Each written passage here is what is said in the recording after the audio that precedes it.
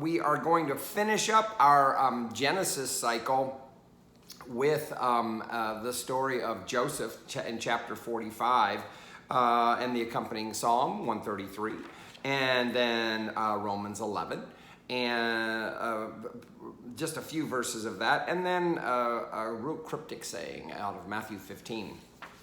So, the last time we were in Genesis, we read the story of Joseph's brothers being jealous of him. They end up finding a way to get rid of him. There was a plot to kill him, then there was a plot to sell him, and we don't know exactly how that all went down, but the result was that Joseph got taken off to Egypt. He was gone, okay? And as far as the brothers were concerned, they thought he was dead. And in the meantime, okay, so what's happening back at the farm?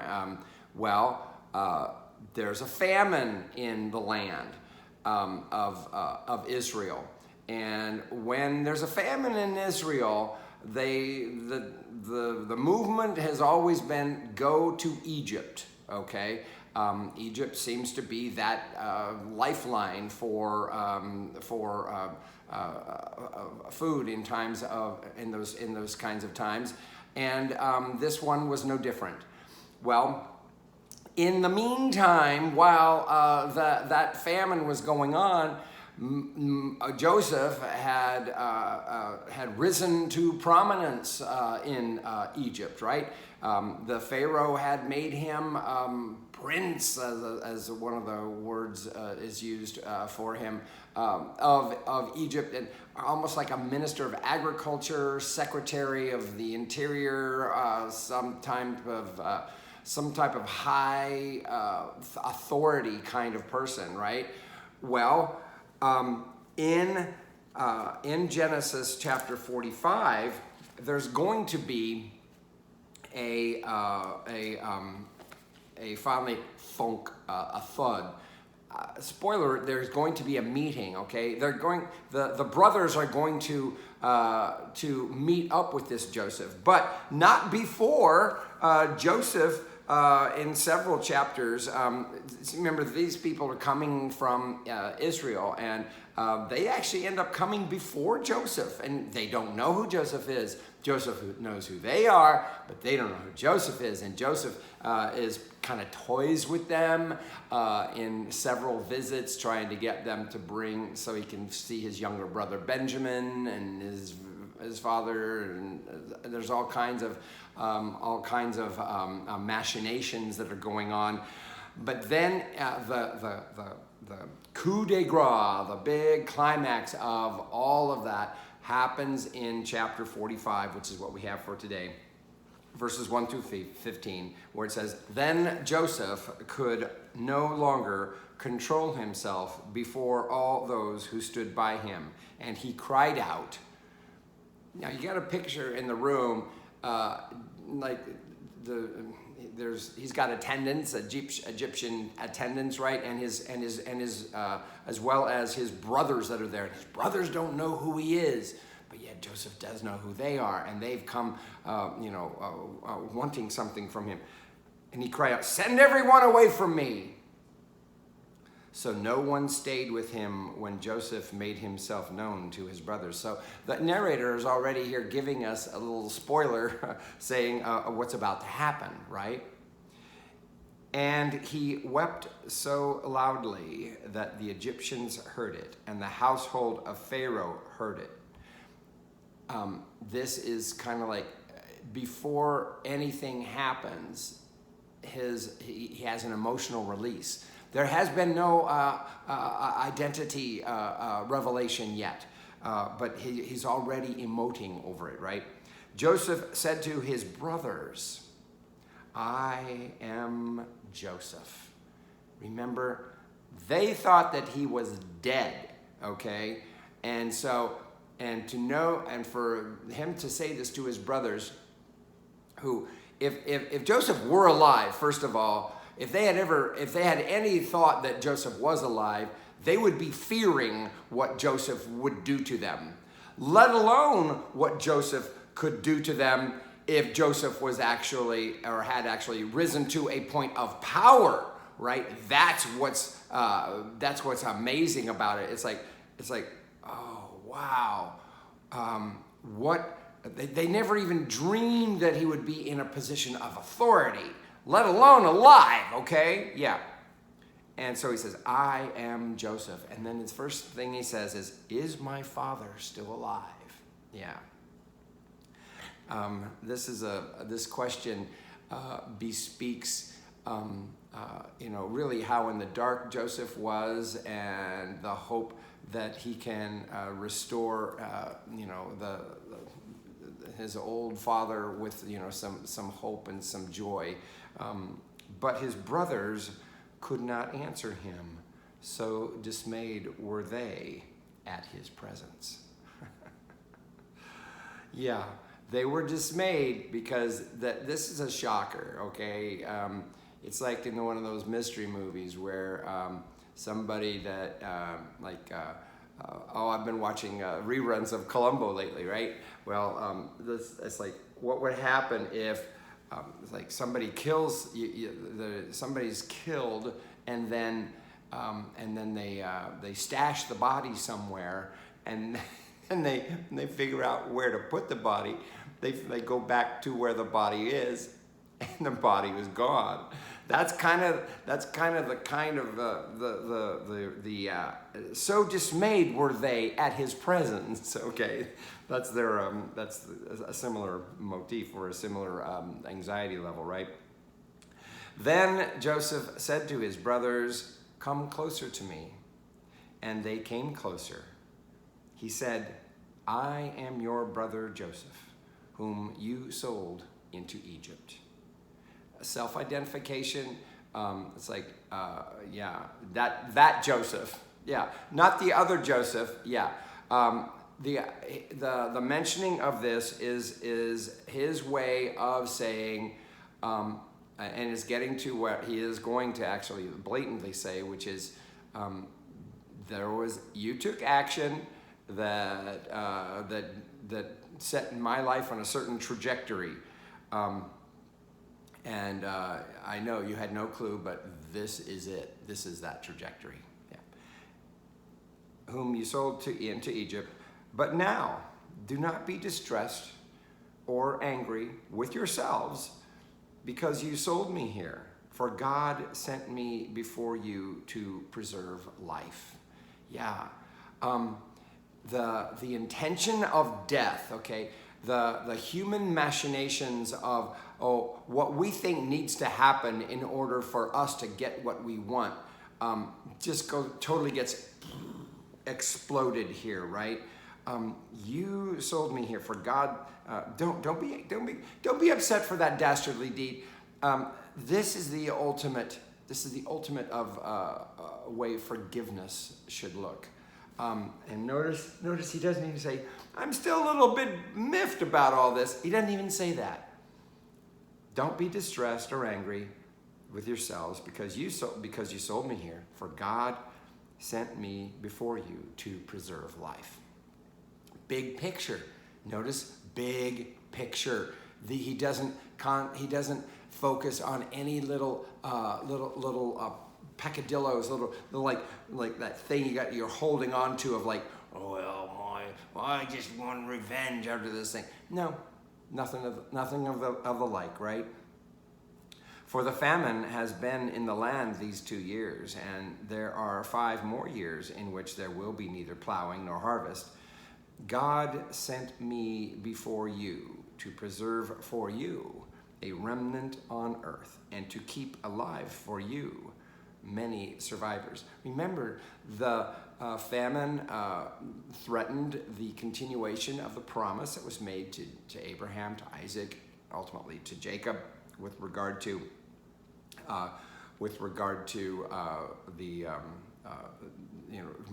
being multitudinous in the way of the sands of the sea, that kind of a thing, right?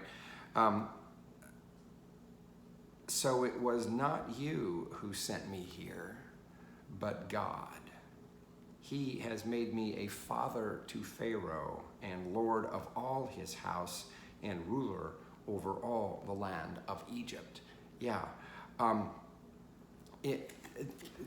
Joseph has the wisdom in all of this to see that the God's hand it's much more important to see what God's hand is in all of this than to think about, what do I need now to become a more adjusted human being? What kind of closure do I need on, he doesn't ask those questions.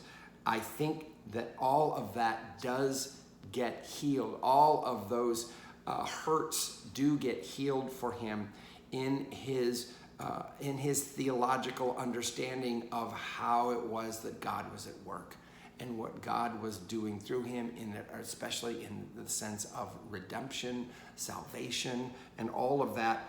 That seemed to be the balm that and the salve that was needed for this sore, of this bad thing that happened in his life. So it was not you who sent me here, but God.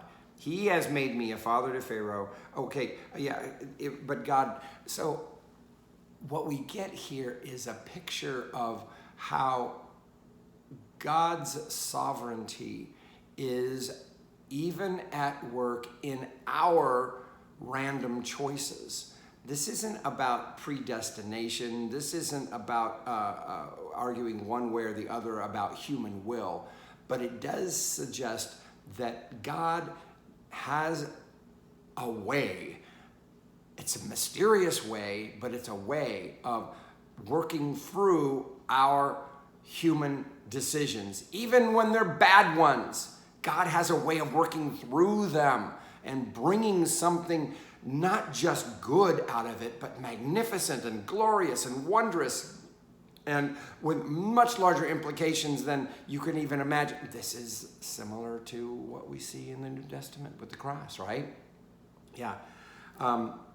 So the Pharaoh, father of Pharaoh, this just explains, it tells us, the stature that Joseph held here in Egypt. Hurry and go up to my father and say to him, thus says your son Joseph, God has made me Lord of all Egypt. Come down to me, do not delay. His first request is he wants his father to see him. You shall settle in the land of Goshen. Goshen is a portion of that land of Egypt in the Delta region, which is, by the way, where we find them when the book of Exodus opens up, right? You shall settle in the land of Goshen, and you shall be near me, you and your children, and your children's children, as well as your flocks, your herds, and all that you have. This sounds like blessing, okay? But when the story of Genesis, the book of Genesis closes, and then Exodus begins, there's this seemingly like, oh, isn't this wonderful? You'll have a place to live and a place to eat and a place to thrive, and they end up being slaves, essentially. Verse 11, I will provide for you there, since there are 5 more years of famine to come.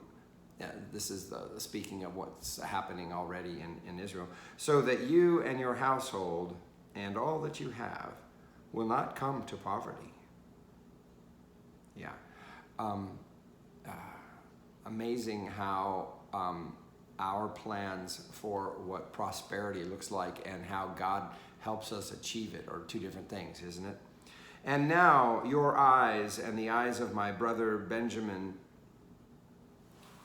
see that it is my own mouth that speaks to you. Okay, Benjamin, this was his, remember Joseph was the second to youngest brother. The very youngest was Benjamin. These were the only 2 offspring from the womb of Rachel. the preferred wife of Jacob, right? So they had a special bond because they were the only one. They had the same mother and father in common. All the other sons, the other 10 sons, there were 3 mothers that bore the other 10 sons. You must tell my father how greatly I am honored in Egypt and all that you have seen. Hurry and bring my father down here. Yeah, it's because he's concerned about the fact that it's journeying back and forth. It was a lot of work, and the elderly did not do that, and he knew that his dad had to be in that state, right? And so that's why he's saying, hurry, because I want to make sure before he's dead, you know. Then he fell upon his brother Benjamin's neck and wept, while Benjamin wept upon his neck. Benjamin was with the brothers. And he kissed all his brothers and wept upon them, and after that his brothers talked with him.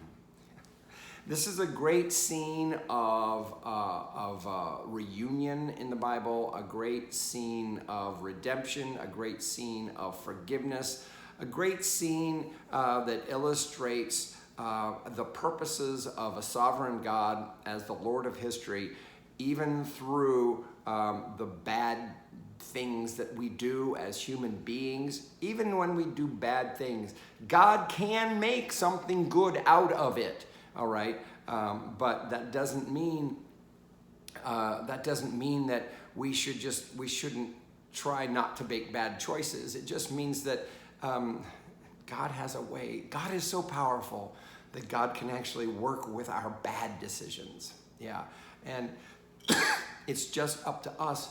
Are we willing to let God, to see God in it? And that's what our friend Joseph here was able to see. Yeah.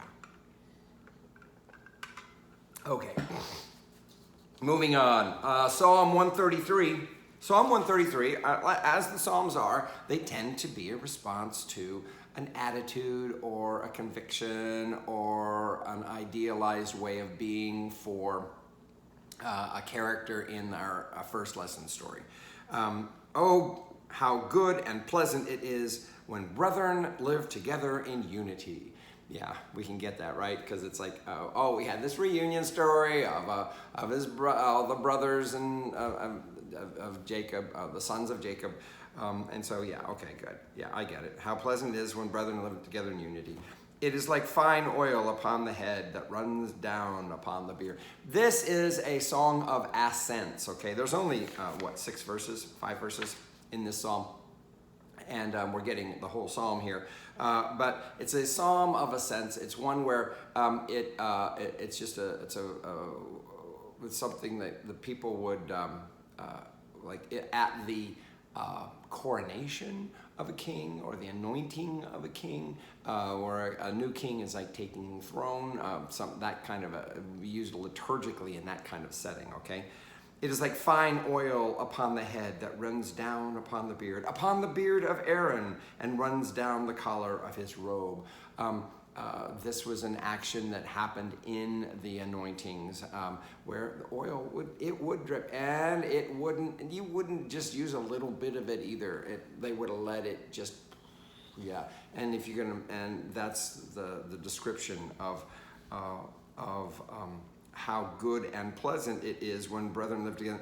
Fine oil upon the head, running down upon the beard. It runs down. It's like it's plenty. It's like it's so good and moist, and it brings life, and it's so costly. And that's the idea here. And then they use another metaphor, a simile. Okay. It is like the dew of Hermon. That was a mountain to the north. The dew, Mount Hermon was that's where the melt off. The dew also, the dew, whatever, and the snow melt that fed the Jordan River. Okay, that falls upon the hills of Zion. For there the Lord has ordained the blessing, life forevermore. Yeah. Okay, so this is what we see in the psalm. It's very brief, but it's something that has a correlation to how wonderful it is, a celebration of reconciliation, of reunion, of love. Yeah. When it didn't look like love was possible. Okay, Romans. Okay, we've been in Romans a few weeks. We're going to be in Romans for a couple more months, actually. Well, not. I think the middle of September or somewhere. We're still in Romans. But yeah, Romans 11. Romans 11. Remember, one of the things, Romans gives us a more systematic theology of Paul than we get anywhere else, although it's still somewhat of an occasional letter in that he is speaking to a congregation where they've been dealing with ostracizing. Certain segments of the community had, like the Jews got kicked out by the Romans, and then the Romans allowed them back in, and that caused some disruptions in the church, because the church was a conflagration of Gentiles and Jewish people. And so, and Paul, who talks, he wants to put together a theology whereby it makes it possible for everybody to see that they're in it together. And so he has to argue a lot of times, like, so what about the Jews? So if the Jews are so much God's chosen people, but yet this thing that God did through Christ is the defining thing, what about that? What's the deal? And so that's kind of like the context for a lot of what he says. Now, chapter 11, verses 1 to 2a, and then it skips down to verses 29 to 32. So we don't get a whole lot of verses. Listen. I ask then, has God rejected his people? By no means. I myself am an Israelite, a descendant of Abraham, a member of the tribe of Benjamin. Is it fortuitous that we had the Benjamin mentioned in our first lesson? God has not rejected his people whom he foreknew. Yeah, even though Paul is sold out on the messianic nature of who Christ is and how Christ represents the future, and Christ represents that thing through which God chose to continue what God started with Israel. He wants to make sure people don't think he's saying that, oh, God has no use now for that. No, he's not saying that. Now, you're going to see that revisited a little bit in our gospel. But let us skip down to verse 29. For the gifts and the calling of God are irrevocable. Yeah. What God expects of Jews is what God expects of Gentiles, and what God expects of everybody. That God is God. God has one. That's God's way. Okay. Just as you were once disobedient to God, but have now received mercy because of their disobedience, so they have now been disobedient, in order that by the mercy shown to you, they too may now receive mercy. So here, he's talking about the Gentiles and the Jews in the congregation, right? Just as you were once disobedient, he's talking about to you Gentiles, okay? But have now received mercy because of their disobedience. Their disobedience being how the Jews actually treated Jesus, right? So they have now been disobedient, in order that by the mercy shown to you, they too may now receive mercy. So it's like in the mercy God shows to the Gentiles through. It's like there is this same motif. I hope you get this, that we had back in the Joseph story, where the machinations, the decisions, the bad choices, the wrong-headed ideas that motivate the actions of humans, even though they are bad and stupid and wrong, God somehow works through it.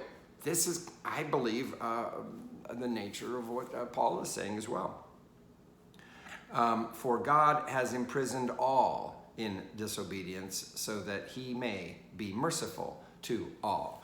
Paul is trying to put everything together. He's trying to melt everything together so that we see, so that there's no longer any false dichotomy, false decision to see us as separate. The ethnicities, he's like, the ethnicity is nothing anymore. But yet in our day and age, ethnicity has become huge. It's huge. People are like, oh yeah, we got to pay attention to you. Paul is striving to melt that down so that there is no distinction in that realm anymore.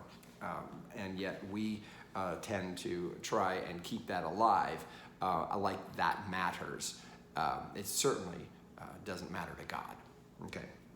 Now, that's it for Romans, okay? Just a very short thing, and I didn't realize when I was studying this how it kind of jibes with the kind of thing we saw in the Joseph story. But Matthew 15, we have a parenthetical verses 10 to 20, and then verses 21 to 28. 21 to 28 is the portion that you have to do, I guess, if you want to think of it that way. And 10 to 20 is the optional. But I'm going to read the whole thing as is my nature. Okay. Then he called the crowd to him and said to them, "Listen and understand." We've had a lot of parables of Jesus. The last thing that we had happen was, after a feeding, he ends up doing a teaching on the water. Remember the Peter and he's falling through the water and all of that. Well, here's another teaching piece. Listen and understand. It is not what goes into the mouth that defiles a person, but it is what comes out of the mouth that defiles. This goes back to the Jewish laws, which were seen as divinely given with regard to food intake and what was proper and what was improper. And that seems that what we get in Matthew and the Gospels in general with Jesus is that's something on my screen. What we get with Jesus is his saying, that was then and this is now. That's really nothing we have to pay attention to anymore. We don't need to emphasize our distinctiveness through our diet anymore. Life goes on. Listen and understand. It's not what goes into the mouth that defiles a person, but it's what comes out of the mouth that defiles. Then I can think of so many. That is so in line with the prophets, the Old Testament prophets, and when they would confront the kings with regard to.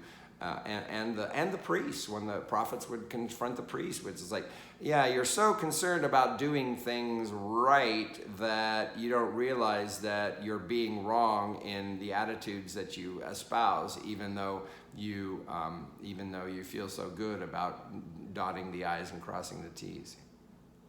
Then the disciples approached and said to him, "Do you know that the Pharisees took offense when they heard what you said?" And he answered, "Well, every plant that my heavenly Father has not planted will be uprooted." Which is a way of saying, if God isn't in it, it's not going to last. Let them alone. They are blind guides of the blind. The blind leading the blind, right? One of the things that was going on in the early church in Matthew was some clashes with the synagogue, and the Pharisees were the keepers of the synagogue, and so that's the reason why we find in the gospel stories, especially Matthew, this clash between him and the Pharisees, because there was a problem with that, with regard to the Pharisees' view toward those who saw Jesus as the Messiah, the Christians, right? Let them alone. They are blind guides of the blind. And if one blind person guides another, both will fall into a pit. But Peter said to him, explain this parable to us. And then he said, are you also still without understanding? Remember, we'd had a whole lot of parables, this is... and I've talked extensively about, whether or not the parables were something that Jesus actually interpreted, or if that came later. There's different ways of seeing that. So then he said, are you still without understanding? Do you not see that whatever goes into the mouth enters the stomach and goes out into the sewer? Kind of a graphic way of seeing the GI tract, right? But what comes out of the mouth proceeds from the heart, and this is what defiles. The attitudes and the emotions and sometimes we hide that in our politics, folks. Especially we'll take up a certain political identity because, if I take on this political identity, then that gives me an excuse to not be compassionate toward XYZ. It happens. For out of the heart come evil intentions, murder, adultery, fornication, theft, false witness, and slander. These are what defile a person. But to eat with unwashed hands does not defile. All right. So this is a big strike on the authority of the Torah and the seemingly validity of the law of Moses going forward. Now, we're going to get a scene. This next scene gives us a little bit of a different picture of that and a different take on it. Listen. Jesus left that place and went away to the district of Tyre and Sidon. Tyre and Sidon, not heavily Jewish towns, okay? Just then, a Canaanite woman came from that region, came out and started shouting. Canaanite woman is a very interesting designation because it's kind of like referring to somebody in the United States as Navajo or one of the native tribes that were here first, because usually they got that's such an ancient identification. It's really odd, but it's a reminder of the thing that Israel contended with when it entered the land of promise, and that was the inhabitants of the land already, and what they did or didn't do with them, yada yada. Just then, a Canaanite woman from that region came out and started shouting, "Have mercy on me, Lord, Son of David."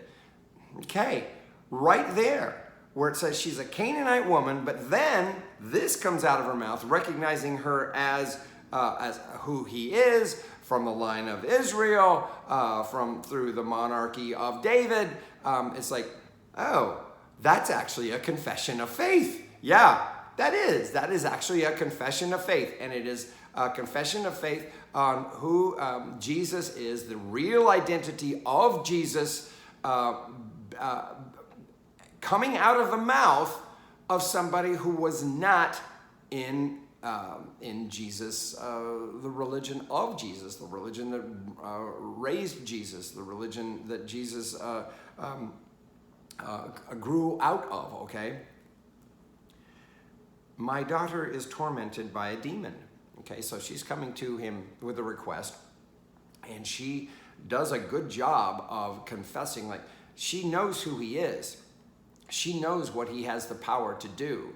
She recognizes what we have in this woman is a recognition of what the forward position of what the church will eventually be, which is open for everyone, right? This is a reality that Matthew's church was struggling with at the time. It was causing problems in the community of faith with this mixture of Gentiles. Gentiles were considered to be basically unclean, okay? Well, we just had that one story just before here, which this is kind of in contrast to that. In that earlier story, that 10 through 20, we saw Jesus, saying that with regard to the Torah, we don't need that anymore. And then we see opposite a way of being with Jesus in this scene. Pay attention. Stay tuned. Yeah. How did Jesus respond? Look at this. But he did not answer. Yeah. Very. How do you interpret this? Certainly not as like, as with love coming, just pouring out and little hearts flittering through on the Twitter screen. No, not at all. But he did not answer her at all. And his disciples came and urged him, saying, "Send her away, for she keeps shouting after us." They're like, we don't know what to think of is going on in the mind of Jesus, but it's clear that what the disciples are thinking is, we need to just get rid of this annoyance. He answered, and this is a statement that rings like you got to really deal with this. "I was sent only to the lost sheep of the house of Israel." It's very possible that what Jesus is saying here is a reflection of one way of understanding the ministry of Jesus by Matthew's community, okay? The idea that, because this was a big question in early Christianity, was how Jewish is the church going to be? Or do you need to be Jewish first to be Christian? Or is it okay for you to just slide on in as an unclean person without going through the Judaistic tract, okay?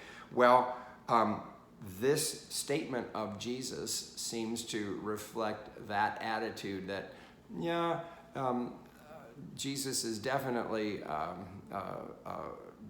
this is trying to really give the people of the Moses tradition a boost, right? But we got to keep in mind, this is the same Jesus who, in a post-resurrection thing in Matthew 28, it will say, go ye therefore into all the world and all nations, right? So we know where the gospel is going. We know where Jesus' headspace is.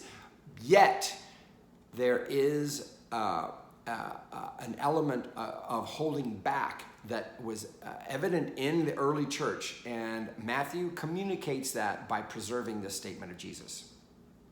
"I was sent only to the lost sheep of the house of Israel. But she came and knelt before him, saying, 'Lord, help me.'" Now, she's very insistent, right? He answered, and again, this is another, so first he's silent, secondly he says that thing, and now he says this. He answered, "It is not fair to take the children's food and throw it to the dogs." A very rude kind of a statement. Some commentators like to, Jesus couldn't have said something this mean and this cruel and this racist, right? This is, I believe, what we see in this scene, a counter to what we saw in that scene earlier in 10 to 20 about it, like throwing wide open, like, no food is unclean and stuff like that. And this we see the other side. So what we're seeing here are two sides of that debate within the early church, and we see them both acted out by Jesus and who he was. And she said, "Yes, Lord, yet even the dogs eat the crumbs that fall from their master's table." So she's basically saying, okay, I'll take that. Yeah, I'll take that. This is I believe, a scene whereby we see the movement, a way to try to break down the hardliners. There were hardliners in that day in the church that were saying, no, we must minister only to Israel, and we don't have any. Well, this is chipping away at that, in that Jesus is expressing the ideas of that way of thinking. And he, in the end, look at this. Then Jesus answered her, woman, great is your faith. Let it be done for you as you wish. And her daughter was healed instantly. Yeah, I believe that what's happening here is a microcosm of what happens in the early church, where it goes from this hardline stance of like, can't even be it with it. When Jesus' first response was he said nothing, and then he said, and they stated the party line, which is, I was sent only to the lost sheep of Israel. And then with the degrading way of thinking of those who aren't Israel, like calling them dogs. But in the end, relenting. I believe that what Jesus is doing is, Matthew, the way he's picturing Jesus, he's encapsulating that movement of thought in the early church, and the way it went from hardline, a way of thinking, to soft, and it eventually becomes inclusive. I believe that is what is demonstrated here. I don't know of how to ever say that in a sermon. I don't know. I do have to preach on this, so we'll see what we come up with, okay? Anyway, that's it for Power Bible Study today. I hope that you start to see how blessed we are in that we have been given a kind of grace and love that God has expressed to us through Jesus, and through the people that he has called his own. That we're not perfect.